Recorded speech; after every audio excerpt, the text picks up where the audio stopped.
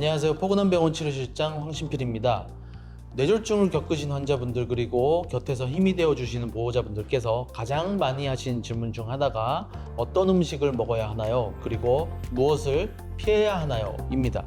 앞선 영상에서는 어떤 음식이 뇌졸중에 좋은가에 대해서 말씀드렸고, 이번에는 어떤 음식이 또 어떤 것이 뇌졸중 회복에 도움이 되지 않고 피해야 하는지 말씀드리도록 하겠습니다. 첫째, 짠 음식입니다. 뇌졸중에 짠 음식이 안 좋은 이유는 바로 나트륨 때문입니다. 나트륨은 혈압을 높여 이미 약해진 뇌혈관에 큰 부담을 줍니다. 재발 위험을 높이는 직접적인 원인이 되기도 합니다.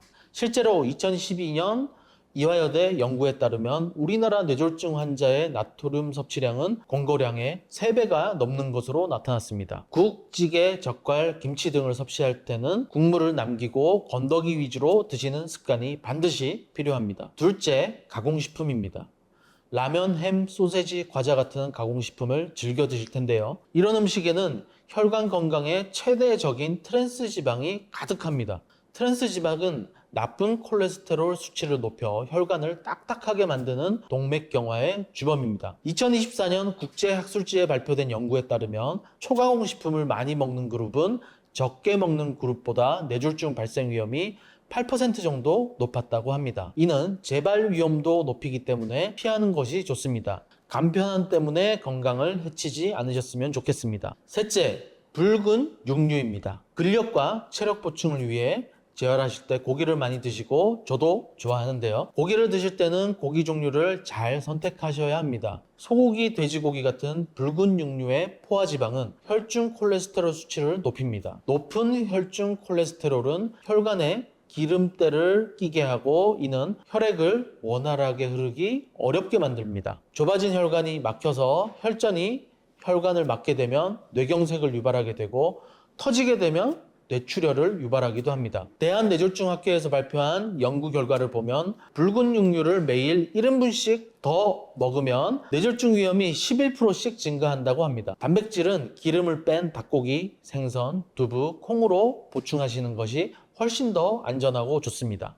넷째, 단 음식, 당류입니다. 탄산음료, 주스, 사탕 같은 단 음식은 혈당을 급격히 올려 혈관 내벽에 염증을 일으키고 손상을 줍니다. 흔히들 단 음식을 먹으면 혈액 속 포도당 농도가 급격히 치솟는 혈당 스파이크라는 현상이라고 하는 것이 일어나는데요. 혈당 스파이크는 동맥경화를 유발하고 또 혈관의 탄력성을 떨어뜨리게 하여 혈관이 약한 상태로 만들어서 쉽게 터질 수 있어서 뇌출혈 위험을 높입니다. 또한 남은 당은 지방으로 쌓여서 비만과 고지혈증을 유발하여 혈관을 좁히거나 막아서 뇌경색의 재발 위험을 높입니다. 그리고 음식만큼이나 더 많이 질문해 주신 내용인데요. 바로 음주와 흡연에 대한 질문입니다.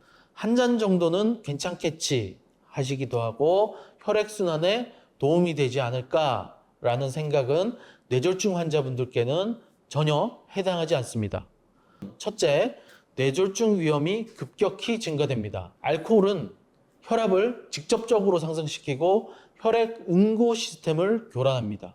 특히 하루 2잔 이상의 술을 꾸준히 마시는 사람은 비음주자에 비해 뇌출혈 위험이 2배 이상 높다는 연구 결과가 있습니다. 2018년 세계적인 의학학술지에 실린 연구에는 건강에 안전한 음주량은 없다. 즉, 한 잔도 안 된다고 못 받기도 했습니다. 둘째, 뇌경색 재발 위험을 높입니다. 과도한 음주는 심방세동과 같은 심장 부정맥을 유발하는 가장 흔한 원인 중 하나입니다. 심장에서 불규칙하게 만들어진 혈전이 뇌혈관을 막으면 바로 뇌경색 재발로 이어집니다. 셋째, 약물 부작용 위험이 커집니다. 뇌졸중 환자분들께서 많이 드시는 항응고제 와파린은 알코올과 만나면 약효가 불안정해져서 출혈 위험을 크게 높입니다. 아스피린 같은 항혈소판제 역시 위장 출혈의 위험을 증가시킬 수 있습니다. 결론적으로 말씀드리면 뇌졸중을 겪으셨다면 재발 방지와 안전을 위해 술은 반드시 끊으셔야 합니다. 그리고 흡연은 괜찮을까요? 라고 물어보시는데요. 담배는 선택의 문제가 아닙니다. 가장 확실한 재발 인자입니다.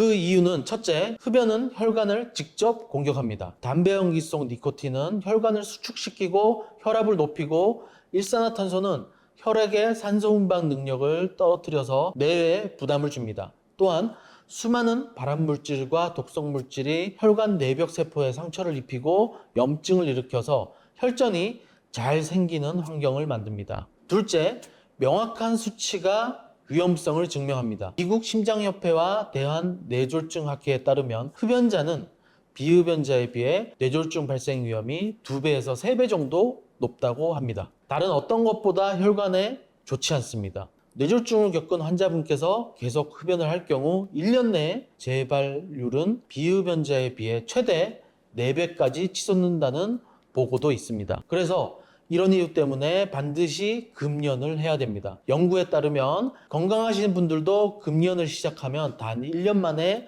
뇌졸중 발생 위험률을 50% 절반으로 줄일 수 있습니다. 그리고 5년 이상 꾸준히 금연하면 그 위험도가 비흡연자와 거의 비슷한 수준까지 낮아집니다. 혼자서 금연하기 어려우시다면 주저하지 마시고 병원의 금연 클리닉과 보건소에 도움을 받으시면 됩니다. 뇌졸중 재발을 막는 가장 효과적이고 과학적인 투자는 바로 금연이라고 할 수 있습니다. 오늘 뇌졸중 재발을 막기 위해 우리가 반드시 피해야 할 것에 대해 말씀드렸는데요. 정리를 해보겠습니다.